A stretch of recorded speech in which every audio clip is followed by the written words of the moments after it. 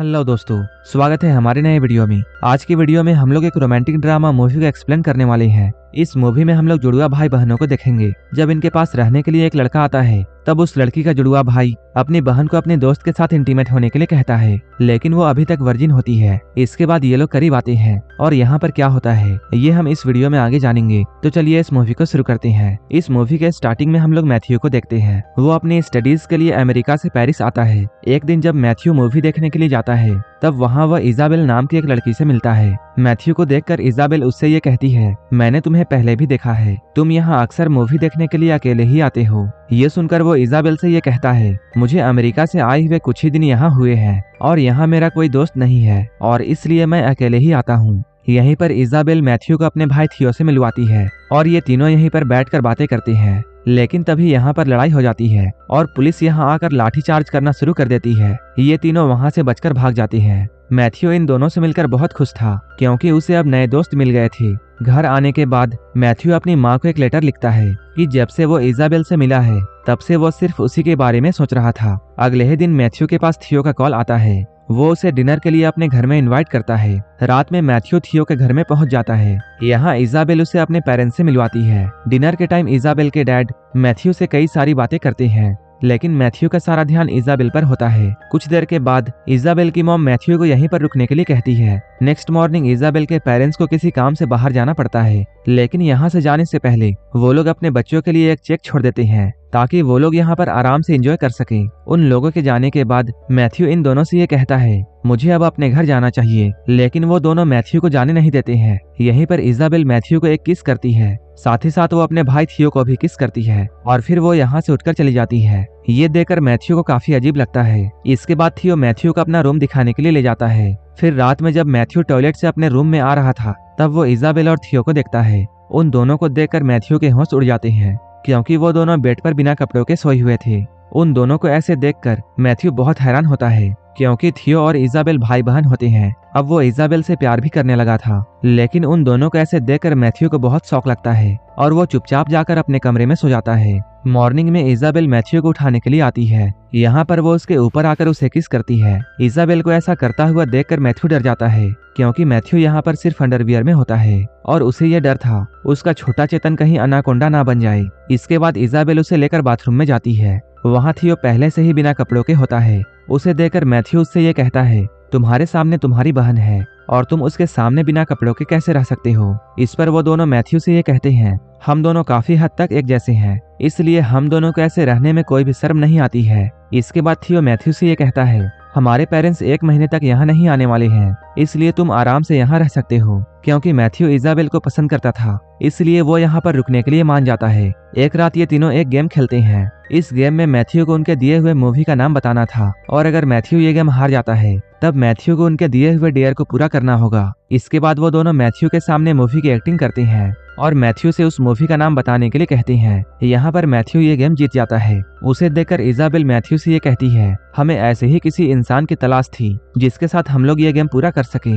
इसके बाद हम लोग इन तीनों को एक आर्ट गैलरी में देखते हैं। यहाँ ये लोग खूब एंजॉय करते हैं। इसके बाद यहाँ से लौट जाते हैं, लेकिन यहाँ से आते वक्त बारिश होने लगती है और ये तीनों भीग जाते हैं। घर आने के बाद थियो मैथ्यू को अपने कपड़े देता है और वो ड्रिंक लेने के लिए निकल जाता है। यहाँ पर अलमारी से मैथ्यू को इजाबेल की फोटो मिलती है। इस फोटो को मैथ्यू अपने अंडरवियर में छुपा लेता है। इसके बाद जब थियो ड्रिंक लेकर आता है, ये तीनों साथ में बैठकर ड्रिंक करने लगते हैं। ड्रिंक करने के बाद ये तीनों फिर से वही गेम खेलने लगते हैं, लेकिन इस बार थियो को उनकी मूवी का नाम बताना था और थियो ये गेम हार जाता है। इसके बाद इजाबेल थियो को एक डेयर देती है। इस डेयर में थियो को एक फोटो को देखकर अपने छोटे चेतन को हिलाना था। इसके बाद थियो इन दोनों के सामने ही उस फोटो को देखकर हाथ गाड़ी चलाता है। इजाबेल के लिए ये सब तो नॉर्मल बात थी, लेकिन ये देखकर मैथ्यू की फट जाती है। अगले दिन मैथ्यू थियो से ये कहता है, मेरी भी कई बहनें हैं, लेकिन मैंने आज तक उनके सामने ऐसा काम नहीं किया है और तुम दोनों ये सब एक दूसरे के सामने कैसे करते हो। ये सुनकर थियो मैथ्यू से ये कहता है, हम दोनों जुड़वा हैं। जब हम लोग पैदा हुए थे, तब हम एक दूसरे से जुड़े हुए थे। हमारा शरीर अलग है, लेकिन हमारा दिमाग एक है और हम लोग एक दूसरे के बगैर जिंदा नहीं रह सकते हैं। ये सुनकर मैथ्यू को बहुत हैरानी होती है। इसके बाद एक दिन ये तीनों फिर से वही गेम खेलते हैं, जिसमें एक को मूवी का डायलॉग बोलना था और दूसरे को उसका नाम बताना था और अगर कोई मूवी का नाम नहीं बता पाया, तब उसे भी एक डेयर दिया जाएगा। यहाँ पर थियो एक एक्टिंग करता है, लेकिन ये दोनों उस मूवी का नाम नहीं बता पाते हैं। जिसके बाद थियो उन दोनों को एक डेयर देता है। यहाँ पर वो इजाबेल को मैथ्यू के साथ घपाघप करने के लिए बोलता है। जैसा कि यह डेयर था, उसे देखकर इजाबेल अपने कपड़े उतारने लगती है, लेकिन ये सब देखकर मैथ्यू बहुत घबराया हुआ था और घबराते हुए वो बाथरूम में भागता है। जब मैथ्यू बाथरूम से बाहर आता है तब थियो उसे पकड़ लेता है और ये दोनों भाई बहन मिलकर उसके कपड़े उतारने लगते हैं। यहाँ पर उन्हें मैथ्यू के अंडरवियर से इजाबेल की फोटो मिलती है। ये देखकर ये दोनों बहुत हंसते हैं। इसके बाद मैथ्यू और इजाबेल घपाघप कर लेते हैं। यहाँ पर मैथ्यू को यह मालूम होता है इजाबेल अभी तक वर्जिन है। तब इजाबेल मैथ्यू को यह बताती है, हम दोनों भाई बहन एक साथ सोते जरूर हैं, लेकिन हमारे बीच कोई भी फिजिकल रिलेशन नहीं है। ये सुनकर मैथ्यू इजाबेल से ये कहता है, अगर ये बात तुम्हारे पेरेंट्स जान गए तब क्या होगा? तब इजाबेल कहती है, ऐसा कभी नहीं होगा, और अगर उन्हें किसी तरह मालूम हो गया तब मैं अपनी जान दे दूंगी। यहाँ इन तीनों को अय्यासी करते हुए इनके पैसे खत्म हो जाते हैं। इसके बाद इजाबेल घर के राशन से खाना बनाती है, लेकिन उसका बनाया हुआ खाना कोई भी नहीं खाता है। पैसे ना होने की वजह से उन्हें काम भी करना पड़ता है। एक दिन थियो और मैथ्यू एक ही टब में नहा रहे थे, तभी इजाबेल भी वहां आ जाती है और वो भी उनके साथ नहाने लगती है। इसी बीच इजाबेल मैथ्यू से ये कहती है, तुम मुझसे प्यार करते हो, तुम्हें ये बात साबित करनी होगी। ये कहते हुए वो लोग मैथ्यू के नीचे वाले बाल को काटने लगते हैं। मैथ्यू को ये सब बिल्कुल भी अच्छा नहीं लगता है और वो इन दोनों पर गुस्सा हो जाता है। वो इन दोनों से कहता है, तुम लोग बच्चों जैसी हरकतें क्यों करते हो? यहाँ पर मैथ्यू इजाबेल से ये कहता है, तुम्हारा आज तक कोई भी बॉयफ्रेंड इसलिए नहीं है क्योंकि तुम अब तक अपने भाई का कहना मानती हो। इसके बाद मैथ्यू के कहने पर इजाबेल उसके साथ डेट पर जाती है और अब वो उसकी गर्लफ्रेंड भी बन जाती है। वहीं दूसरी ओर थियो भी एक लड़की को डेट करने लगता है और एक दिन थियो उस लड़की को अपने घर लाकर उसके साथ घपाघप भी करता है। इसके बाद मैथ्यू और इजाबेल जब घर आते हैं तब इजाबेल देखती है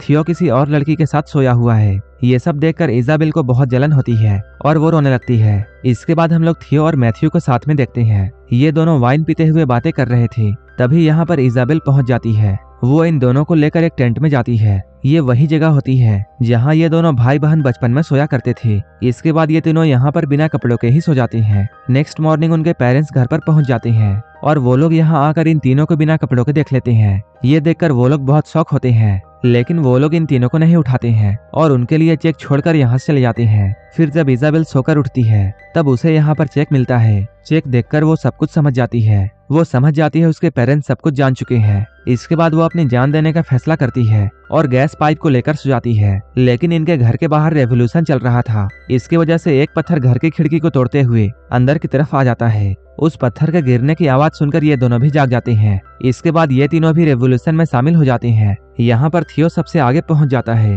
और पुलिस वालों पर पत्थर फेंकना शुरू कर देता है। यहाँ पर मैथ्यू थियो को काफी समझाता है, लेकिन थियो मैथ्यू की बातों को इग्नोर कर देता है। यहाँ पर इजाबेल भी थियो का साथ देने लगती है और ये दोनों भाई बहन आगे चले जाते हैं क्योंकि मैथ्यू उन दोनों के साथ नहीं दे सकता था, इसलिए वो यहाँ से लौट जाता है। इसके बाद पुलिस सभी लोगों पर लाठी चलाना शुरू कर देती है, जिसकी वजह से यहाँ पर भगदड़ मच जाती है और इसी भगदड़ के साथ ये मूवी यहीं पर खत्म हो जाती है। अगर आपको ये मूवी अच्छी लगी हो तब एक लाइक जरूर कर देना और ऐसे ही वीडियोस के लिए मेरे चैनल को जरूर सब्सक्राइब कर लेना। तो मिलते हैं हमारे नेक्स्ट वीडियो में।